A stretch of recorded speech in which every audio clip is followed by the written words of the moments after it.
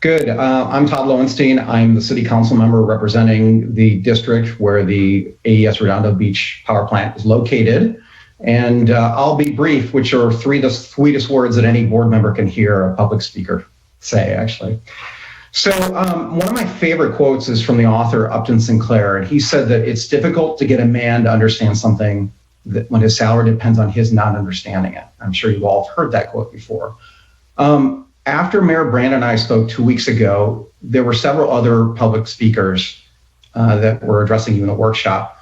One was an attorney for one of the plant's buyers.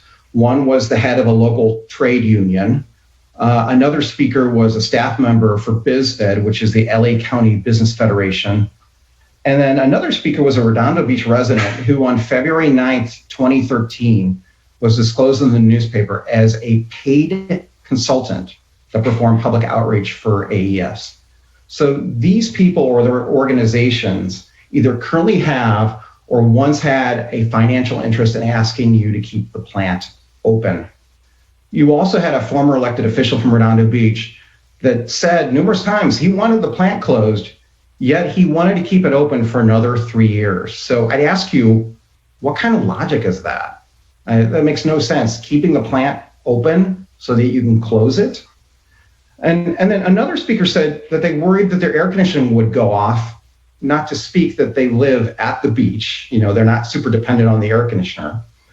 They were worried about a terrorist attack. They were worried about COVID or whatever would stick in order to make sure that, you know, we had power. And as Bill Brandon said, we don't really use the power in our area. It's sent inland, and it's not even used rarely. It's used. So contrary to what those speakers would have you say, the community is not split at all. I'll repeat that again. The community is not split at all. These people are at best a minority in our community.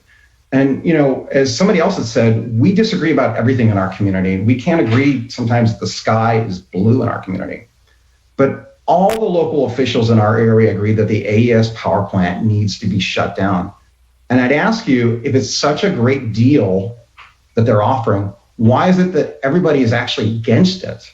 I mean, you have supporters that include all of the Redondo Beach City Council and our elected officials. You've got the Hermosa City Council and the Hermosa School Board. You have the Redondo Beach School Board that will be sending you a letter asking you to shut it down. You have the Beach Cities Health District, which represents Redondo, Hermosa, and Manhattan.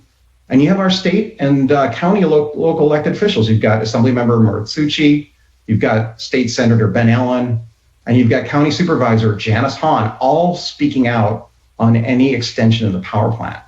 So the residents of my area and all of Redondo Beach and Hermosa have no financial interest. Again, we have no financial interest.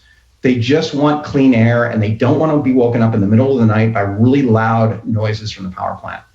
And not long after we had spoken, the pressure relief system that I described before the plant went off again. And it spewed all kinds of smoke and all kinds of particulate matter in the area. And it was a huge jet engine decibel noise level. And so we hope that you'd see this for what it is and that you don't extend the power plant's operation beyond December 31st, 2020 of this year.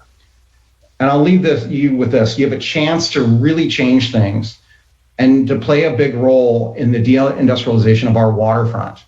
One of the last places in Los Angeles where you can actually provide open space.